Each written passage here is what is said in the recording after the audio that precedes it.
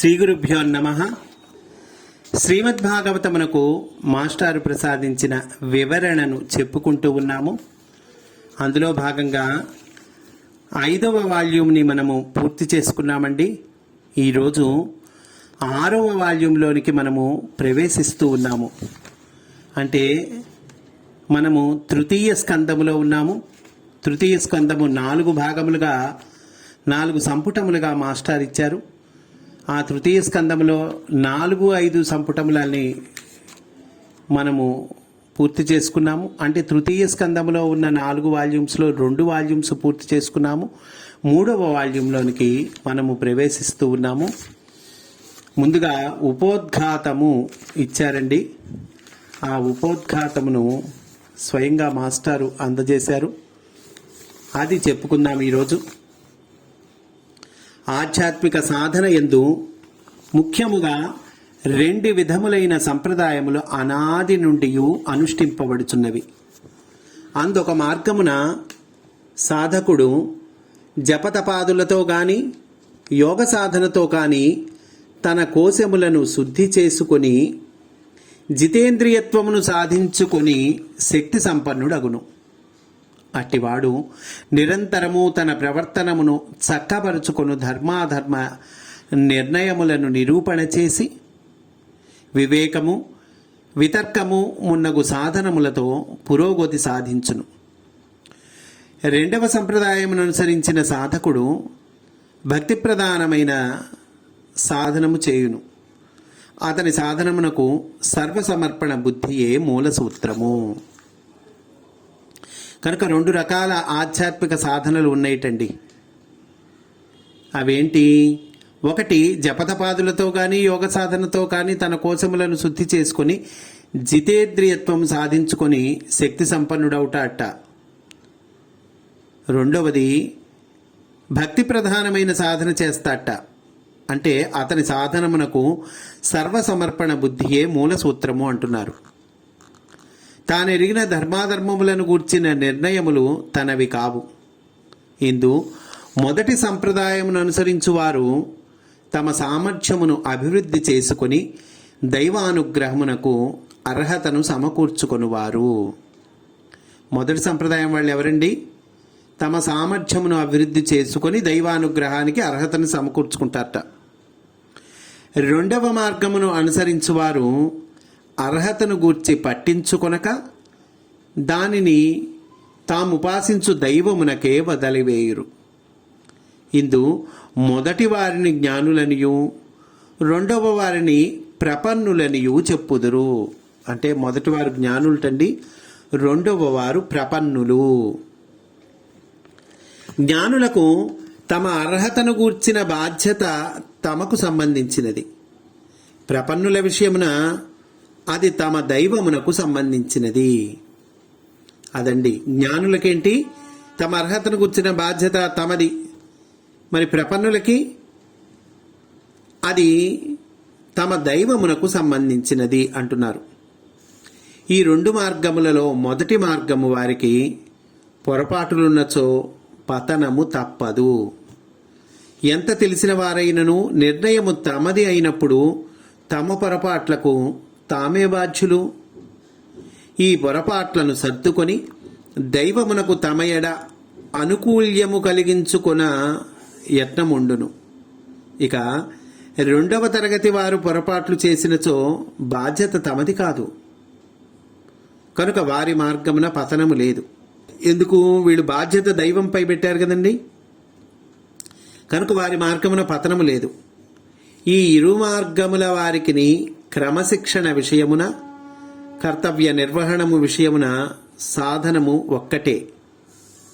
అది లేనిచో 2 సాంప్రదాయముల వారికిని తిరోగతియే గాని పురోగతి లేదు. ఈ 2 మార్గముల వాళ్ళకట్టండి క్రమశిక్షణ విషయంలో కర్తవ్య నిర్వహణ విషయంలో సాధనం ఒకటేట. సాధన ఒక్కటేటండి ఈ విషయాల్లో. కనుక ఈ క్రమశిక్షణ కర్తవ్య నిర్వహణం అది లేనిచో 2 సంప్రదాయముల వారికిని తిరోగతియే గాని పురోగతి లేదు. కర్తవ్యమును నిర్వహించి పరిపూర్ణతను ఆర్జించుకొనచూచువారు మొదటి తరగతి వారు, కర్తవ్యము నిర్వహించుకొని దానిని భగవతర్పితముగా విడిచిపెట్టువారు రెండవ తరగతి వారు. మొదటి వాళ్ళు ఎట్లాంటి వాళ్ళండి? కర్తవ్యాన్ని నిర్వహిస్తారు, పరిపూర్ణతను ఆర్జించుకొనాలని చూస్తారు. రెండవ తరగతి వాళ్ళు కర్తవ్యాన్ని నిర్వహించుకుంటారు, కానీ దానిని భగవదర్పితముగా విడిచిపెట్టువారు. ఈ రెండు తరగతుల వారును వరుసగా జిజ్ఞాసువులు, ముముక్షువులు అనబడుదురు. అదండి మనకి ఒకటవ రకం వాళ్ళు, రెండవ రకం వాళ్ళు, రెండు రకాలు చెప్తూ ఉన్నారండి మనకి. ఈ మొదటి రకం వాళ్ళని జిజ్ఞాసువులు అంటారు, రెండవ రకం వాళ్ళని ముముక్షువులు అనబడుదురు. ప్రస్తుత గ్రంథ భాగమున ఈ ఇరుతెగల వారి వైఖరులను చిత్రించి ఉపదేశపూర్వకమైన జ్ఞానమిచ్చుట ప్రధాన సారాంశము. అందు మొదటి తరగతి వారికి ఉదాహరణముగా సనక సనందనాదులు, రెండవ తెగ వారికి ఉదాహరణముగా జయ విజయులు చిత్రింపబడిరి. దైవానుగ్రహమునకు ఏ తెగవారు ఎట్లు పాత్రులో నిరూపణ చేయుటయే ఈ భాగమందలి జయ విజయుల కథలో ముఖ్యాంశము. అదండి జయ విజయ కథ మనకి ఇక్కడ చెప్తారు. చాలా ముఖ్యమైనటువంటి ఘట్టము జయ విజయుల ఘట్టము కనుక ఈ రెండు తరగతుల వారికి ఇక్కడ మనకి ప్రస్తావిస్తారండి. మొదటి తరగతి వారికి ఉదాహరణంగా సనక సనందనాదులను చెప్తారు, రెండవ తెగ వారికి ఉదాహరణంగా జయ విజయుల్ని చిత్రీకరిస్తారు.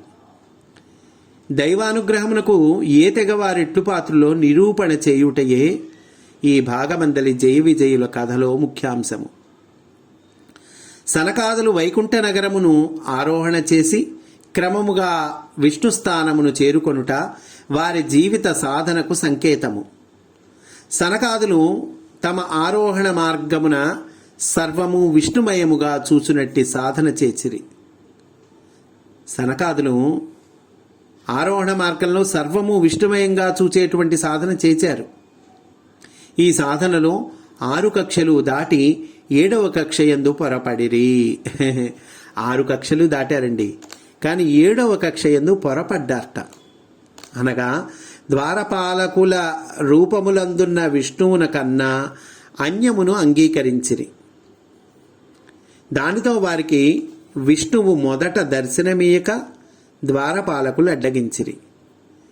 జయ విజయులు అట్లు కాక కేవలం కర్తవ్య నిర్వహణమే తమ సర్వస్వముగా కలవారు. దానితో వారు కేవలము విష్ణులోకమందలి భాగములుగా స్థిరత్వమందిరి.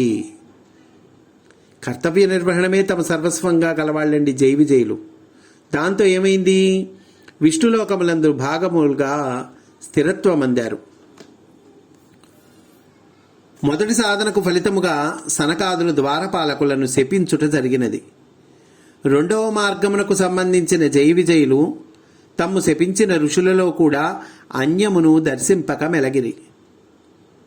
ఈ 2 తరగతుల వారికి భగవంతుడొసగిన శాశ్వత ధర్మరూపమైన పరిష్కార మార్గమే ద్వారపాలకుల శాప కథగా నిరూపింపబడినది. సనకాదులు విష్ణువునకు కూడా గౌరవనీయులైన వారు. జయ విజయులు తన కొలువులోని వారు. అందు సనకాదులు కొంత వేరుగా చూడబడేవారు, జయ విజయులు తనవారుగా చూడబడువారు అని విష్ణువు చేసిన వివరణమునకు సారాంశము. ఎవరిని గౌరవింపవలెనో వారు కొంచెము దూరస్తులగుట సత్యము. మనము బలానా వాళ్ళని జాగ్రత్తగా గౌరవించాలి అంటే అర్థం ఏంటంటే వాళ్ళు కొంచెం దూరము అని అర్థం. అందువల్ల ఇక్కడ ఏమంటున్నారు మాస్టారు? ఎవరిని గౌరవింపవలెనో వారు కొంచెము దూరస్తులగుట సత్యము. ఎవరిని వేరుగా గౌరవింపనక్కరలేదో వారి అన్న అంతర్యామి భావన పరిపూర్ణము కనుక సామీప్య సాయుజ్య సారూప్యాదులు సిద్ధించినవని నిరూపింపబడినది. మీబోటి పెద్దలను గౌరవించుటలో భంగము కలిగినచో నా బాహువులనైనా ఖండింతును. కనుక జయ విజయులకు మీరిచ్చిన శాపమును అంగీకరించి తిని అని నారాయణుడు పలుకుటలో సనకాదులు పరిపూర్ణతలకు దూరస్తులనియు, జయ విజయులు నారాయణుని బాహుల వలె పనిచేయుచున్నారనియు వివరింపబడినది.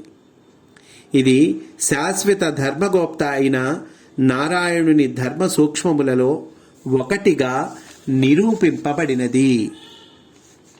లోకమున జ్ఞానము చేత, తపస్సు చేత, శీల సంపద చేత గౌరవింపబడువారు కొందరు, వారిని గౌరవించువారు కొందరు. గౌరవించువారిలో నారాయణుడున్నాడని మరచినచో బాధలు తప్పవు. ఇది రెండవ ధర్మాంశము.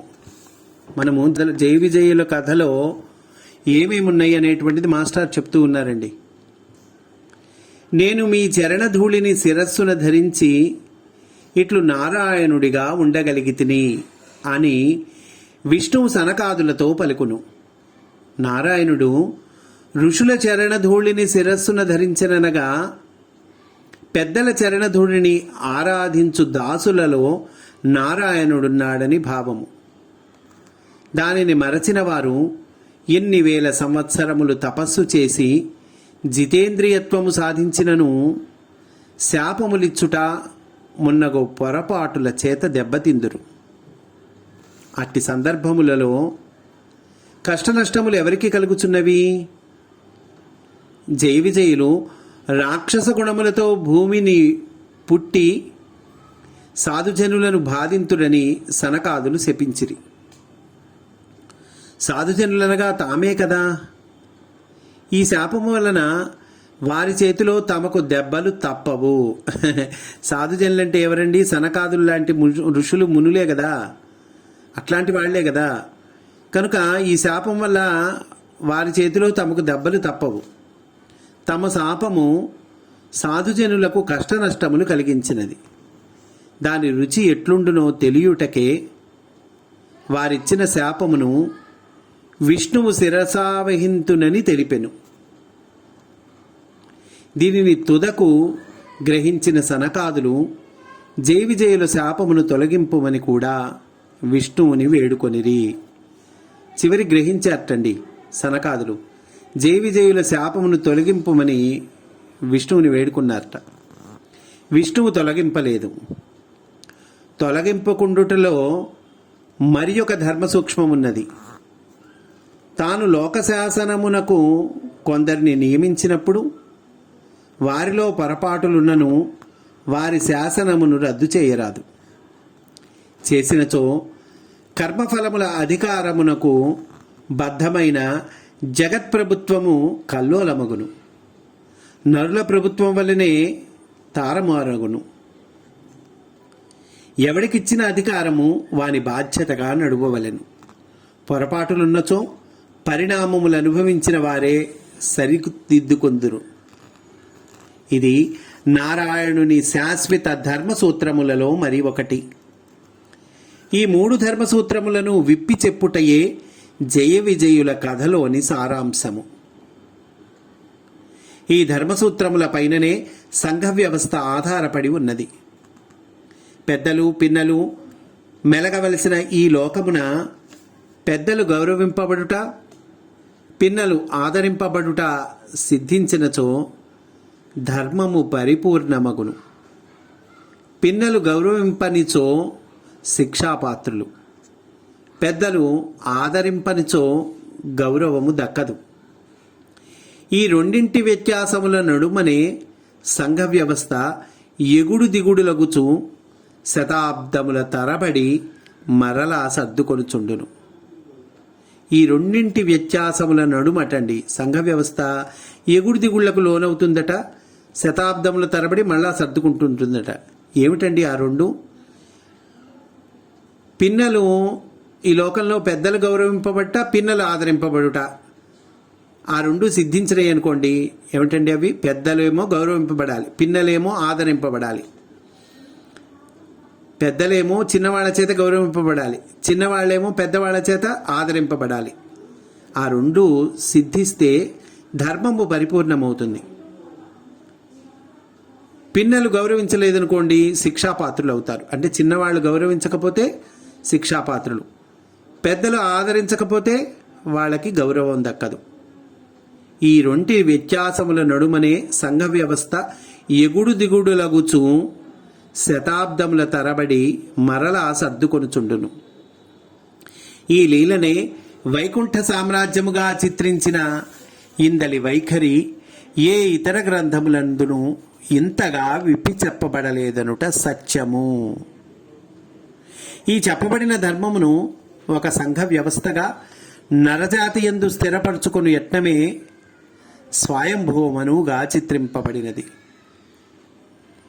మనువు పుట్టిన వెంటనే తండ్రిని గౌరవించుట, అతని దైవకార్య నిర్వహణమున కొంత భారము పంచుకొనుట మొదలుగా తండ్రి కొడుకుల సంబంధములు ఉదాహరణప్రాయముగా అనుష్ఠింపబడినవి. అట్లే మనువు శతరూప బిడ్డలను పెంచుట, నీతి ప్రవర్తనము అలవడజేయుట, వారికి సరి అయిన సంబంధములు చూచి వివాహములు చేయుట, కుటుంబ మనవడు మొదటి విద్యాలయమందు నరుడు నేర్చుకొనవలసిన పాఠములుగా మనువు ఎట్లు ధర్మశాస్త్రమును శాసించునో నిరూపింపబడినది. కర్దమ దేవహూతుల ఉపాఖ్యానమున తొల్లి నరజాతి ప్రారంభమున గృహస్థాశ్రమ దీక్ష స్వీకరించిన వైఖరులు, దాంపత్యము మొదలు సంతాన ప్రాప్తి వరకు కల గృహస్థుని బాధ్యతలు, కామప్రధానముగా కాక దైవకార్య నిర్వహణములుగా ఎట్లు నిరూపింపబడినవో చూడవచ్చును. కర్దమ దేవహూతుల ఉపాఖ్యానం వస్తుందండి. మొట్టమొదటి నరజాతి ప్రారంభంలో గృహస్థ ఆశ్రమ దీక్ష స్వీకరించిన పద్ధతులు ఎట్లా ఉన్నాయి, దాంపత్యము మొదలు సంతాన ప్రాప్తి వరకు కల గృహస్థుని బాధ్యతలు ఎట్లా ఉన్నాయి, కామ ప్రధానముగా కాక దైవ కార్యం, కామము ప్రధానంగా కాకుండా గృహస్థాశ్రమం దేనికి దైవ కార్య నిర్వహణములుగా ఎట్లు నిరూపింపబడినవో చూడవచ్చు. దేనిలో ఈ కర్దమ దేవహూతుల ఉపాఖ్యానంలో ఇవన్నీ చూడవచ్చు అంటున్నారు. నరజాతి చరిత్రను అర్థము చేసుకొను వైఖరి రెండు విధములు. మానవ జాతి చరిత్ర ఉంది కదండి, ఆ మానవ జాతి చరిత్రని అర్థం చేసుకునే వైఖరులు రెండు రకాలట. అందు ఒక వైఖరి ప్రకారము మొదట జంతువుల వంటి ఆదిమ నివాసులు పుట్టి శిలాయుగములలో జీవించి క్రమముగా నాగరికతను ఎట్లు ఆర్జించుకొనిరో పరిశీలించుట. ఇది నవీన పరిశోధకుల మార్గము. ఇది కాక నరజాతికి ఉత్పత్తికి మూలకారకులైన ప్రకృతిలోని ప్రజ్ఞలు జ్ఞాన సంపన్నులుగా దిగివచ్చి తొలి మానవులై ధర్మ వ్యవస్థను ఏర్పరచుట. రెండు పద్ధతులు చెప్పారండి మనకి. మొదట జంతువుల నుండి ఆదిమవాసులు పుట్టారు, అంటే మానవుడు కోతి, ఆ తర్వాత ఆదిమ జీవి అయ్యాడు, ఆదిమ మానవుడు, ఆ తర్వాత పుట్టి శిలాయుగంలో జీవించి క్రమంగా నాగరికతను నేర్చుకున్నారు, ఇట్లా చెప్పుకుంటాం. ఇది నవీన పరిశోధకుల మార్గము అంటున్నారు. ఇది కాక రెండో మార్గం చెబుతున్నారండి. నరజాతి ఉత్పత్తికి మూలకారకులైన ప్రకృతిలోని ప్రజ్ఞలు జ్ఞాన సంపన్నులుగా దిగివచ్చి తొలి మానవులై ధర్మ వ్యవస్థను ఏర్పరచుట. ప్రకృతిలోని ప్రజ్ఞలు జ్ఞాన సంపన్నులుగా దిగివచ్చేయండి, వాళ్లే తొలి మానవులుగా ధర్మ వ్యవస్థను ఏర్పరిచారు. మానవ జాతికి మూల పురుషులైన మానవులుగా వర్తించుట అను విషయములను పరిశీలించు మరి ఒక మార్గము. ఈ రెండవ మార్గమే ఋషుల రచనలలో కనిపించును. అంటే ఆ మూల పురుషులు వాళ్ళు మానవులుగా దిగి రావటం అండి, మానవ జాతికి మూల పురుషులు. ఇది రెండవ మార్గం అనుకుంటే కనుక ఋషుల రచనలలో ఇది కనిపిస్తుంది మనకి. ఇది ఎక్కువ సమంజసం అనిపించను. కారణమేమనగా మానవుడు మొదట ఎంతటి అనాగరికుడైనను వాడు మానవుడిగా సృష్టింపబడుటకు ప్రకృతి శక్తులే కారణమని అంగీకరింపక తప్పదు. మొట్టమొదట మానవుడు ఎంత అనాగరికుడు అని అనుకున్నప్పటికీ కూడా అతను సృష్టింపబడటానికి ప్రకృతి శక్తులు కారణం, అది ఒప్పుకోవాల్సిందే. ఈ శక్తులు ప్రజ్ఞామయమూర్తులనుటకు సృష్టిలో ఇమిడి ఉన్న విజ్ఞానమే సూటి అయిన నిదర్శనము. అహోరాత్రములు, ఋతువులు, సృష్టిజీవుల ప్రవర్తనల వైఖరులు క్రమబద్ధములు కావని ఏ పరిశోధకుడును నిర్ణయింపలేడు కదా. అంటే రాత్రి వస్తుంది పగలు, ఎంత ఆర్డర్గా ఉందండి. సూర్యుడు ఉదయించటము, సూర్యుడు అస్తమించటము. 100 ఏళ్ల తర్వాత సూర్యుడు ఎప్పుడు అస్తమిస్తాడో చెప్పచ్చు, 100 ఏళ్ల క్రితం ఎప్పుడు అస్తమించాడో చెప్పచ్చు. ఎంత ఆర్డర్ అండి, మరి సామాన్యమైన ఆర్డర్ ఇది. ఈ శక్తులు ప్రజ్ఞామయ మూర్తులనుటకు సృష్టిలో ఇమిడి ఉన్న విజ్ఞానమే సూటి అయిన నిదర్శనము.